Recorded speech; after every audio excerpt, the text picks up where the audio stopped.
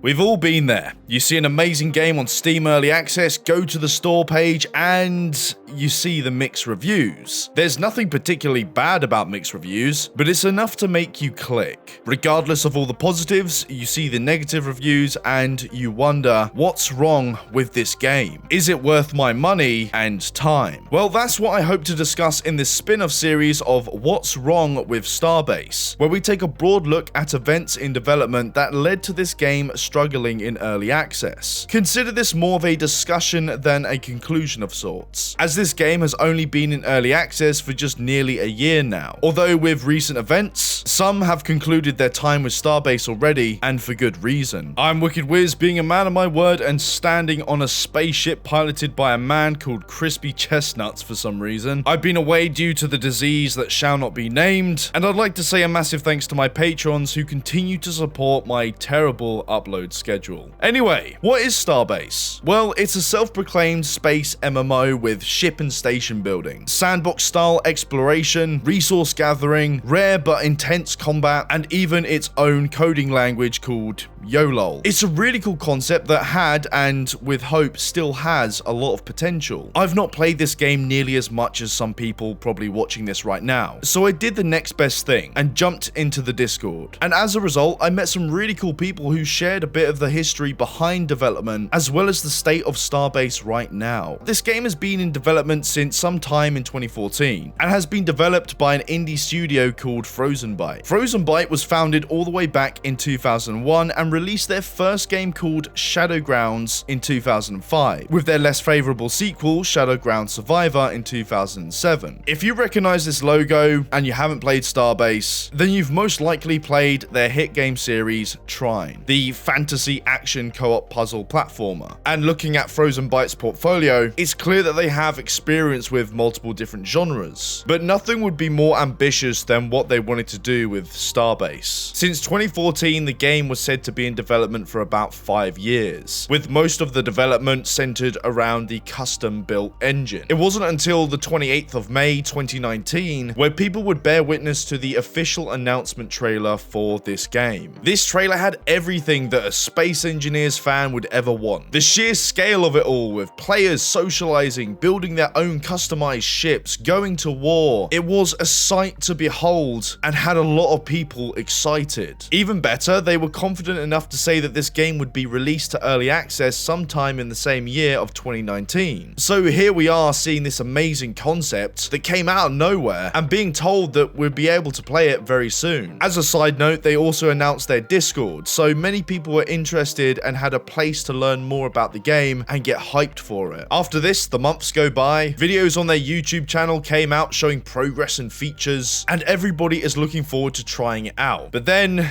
there's this. Even though we've made a lot of progress during the months after announcement, we've not been able to start outside testing as early as predicted. This means that Starbase will not be early access ready in 2019. Our current focus is getting the closed alpha underway as soon as possible. Once alpha starts, our plan is to increase the number of its participants in stages. We want to test the game thoroughly in alpha before going into early access to make sure everything works and we're ready for a large player base. So it looks like the original release window was too good to be true. Frozen Byte didn't seem all too sure as to when the next release date would be, but at least they have the closed alpha coming out, but they weren't all too sure about when that would be either. Thankfully though, it wasn't too long until people could at least register for the closed alpha, because on the 30th of January in the new year of 2020, a survey on the Discord was announced. It was meant to gauge interest and the hardware setups of the community, but also in this survey you could leave your details to join the closed alpha. From what I heard, you'd have to have been quite an active member of the community or have some sort of online presence to get a good chance of being picked. This of course includes content creators. So now there are channels who are giving people a look into what the game is all about, and with that their own unfiltered opinion. In general, the closed alpha was impressive. It showed off the potential, and now people can see more than just a trailer and whatever came from the devlogs. It was buggy of course because it's an alpha, but the point is this game is real and it's only going to get better from here. At least that's what people hoped for. On the Steam page, people could see that this game was set to launch in early access sometime in 2020, but again, 2 months before the new year,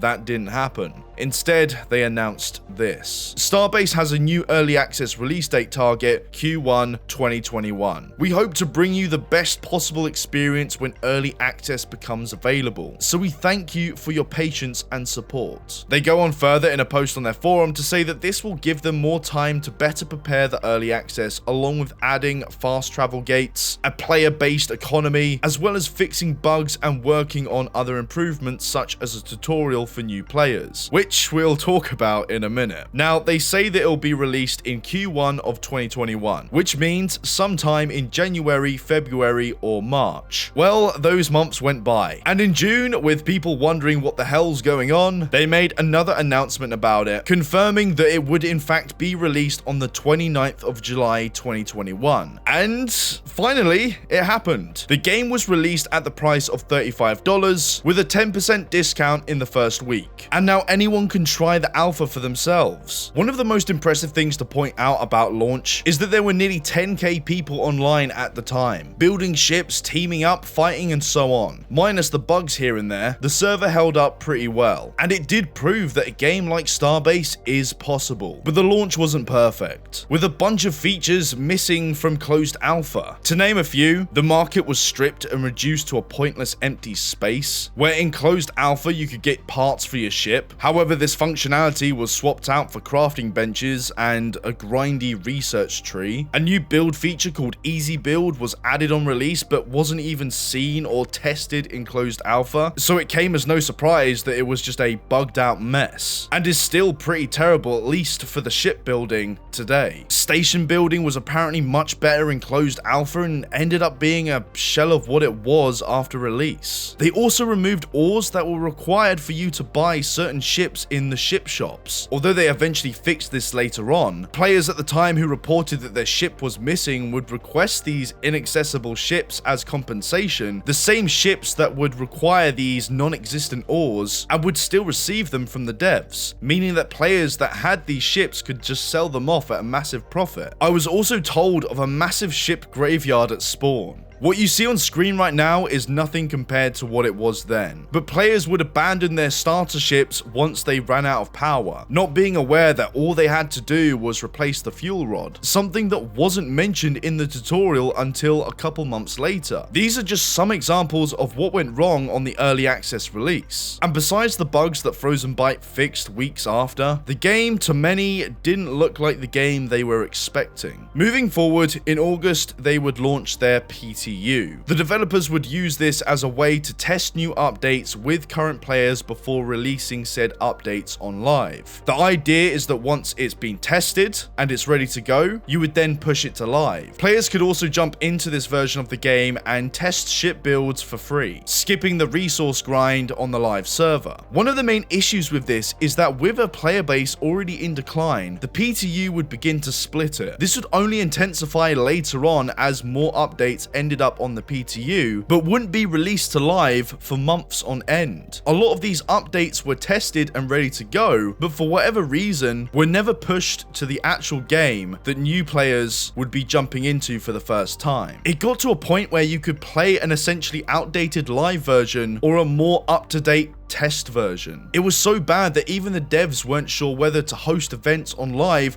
or the PTU. Speaking about updates and new features, their roadmap is a whole other beast in this story. Something we don't need to go into too much detail about, but from launch in July, it was already quite ambitious. Although they did have a fair chunk of it done already, progress on this roadmap would only be pushed back further and further, with the latest update in November still lacking in progress. By the end of the year, the game was already struggling in player count, with only loyal fans sticking by, others giving it a break until more progress was made, and probably most jumping to a new game entirely. But fast forward 9 months later, and things wouldn't get any better. A lot of updates were still being held in this PTU, which was annoying because a lot of the content there was arguably ready to be released. But that would all change on the 26th of April 2022, because the community was met with a rather strange post on the official forum, which came with both good news and pretty bad news. Hello all Starbase players, old and new. Today we announce a large update that we plan to release in the next week or so. We are pushing out a good deal of features, in-world changes, as well as economy and balancing changes. These are features and changes that we had originally planned to add to the live server later together with the Station Siege. Now this would be called the merge by some. The merge between PTU and live, which is great. A lot of people have been waiting on months to play the new content on live, but it's clear that for some reason they were just waiting until they could actually finish the Station Siege to do any of this. However, the reason why they're now doing this without Station Siege is also one of the reasons why the game is in such a bad state today. They go on to say this: the reason for this rather sudden major update is that Starbase's sales performance hasn't been the strongest, and thus we need to prioritize other projects for some time in the interest of ensuring the game's continued development and long-term future. Starbase's server costs are low, so they aren't in any danger, but its development will be slowed down and updates will be less frequent for some time. While this is not ideal, we're looking forward to returning to development as soon as possible, reinvigorated and ready to make Starbase the game we all want it to be. To a lot of people, especially the people that stuck around, this message would lead a lot of people to believe that the game is dead, or is going to die very soon. With staff cuts and developers missing from the Discord, players are now left with nothing more than small patches for an indefinite amount of time. Something that was quite strange to me is that the reason for this was the lack of early access sales, which would be a terrible thing to rely on either way, but I can't help but think that they might have lost investment from Kowloon Knights, who provided funding for this project, although I can't confirm this without proper evidence. If so, it's probably the reason why they actually cut down on development. It could also be due to the self-inflicted declining player base. On the 3rd of May, this promised major update came out, and there were some players coming back, but that would quickly dissipate, because once people tried all the new content, they knew that nothing else would really be added to the game for a long time. A community is the lifeblood behind any game, but it's the development and developers that bring it all together. Without it, people lose faith and quickly move on, only to leave behind players that enjoy it for what it is. Now, I know this video has been more of a broad look into the timeline of events, and there have been issues with the changes in PvP, as well as the fact that they won't be adding any PvE or NPCs to liven up this game regardless of the lack of players, and not to mention the community's opinion of the developers. But it's safe to say that for the time being, this game is on life support, barely breathing, if that. The small team of developers currently supporting this game right now seem to be doing their best trying to fix small issues and also taking care of customer support with their own in-game support system. Now, recently there was an issue with the moons where mining wasn't really possible, but only a couple of days ago this issue was fixed. So even though it's small, there is some activity still. It's really sad to see potential like this being wasted, as Starbase does have some great qualities. It runs surprisingly well. The shipbuilding does look like a lot of fun if you really get into it and if engineering is a passion for you. And if you're a new player who can get into this game regardless of the issues it's going through, you can easily jump into the Discord, meet some really cool people who will be more than happy to spend some time with you and help you get started. I've heard that some players have started their own leasing companies, giving ships to new players and not even asking for the money. There's also taxi services as well if you get stuck somewhere. Within this community, there are a lot of hidden gems, but unfortunately for new players who don't really know anything about it, they're most likely going to jump in for a bit, get confused or realize that it's kind of dead and just refund the game. This video serves as no conclusion, and I hope to follow up with good news if and when Frozen Byte decides to continue development, although they would probably need to find some pot of gold, new investment, or use funds from whatever project they're working on instead to get back to a faster pace. Thank you so much for watching. I hope you enjoy this new sub-series. It's a lot less granular than the What Went Wrong series. I'd like to also say a massive thanks again to my patrons,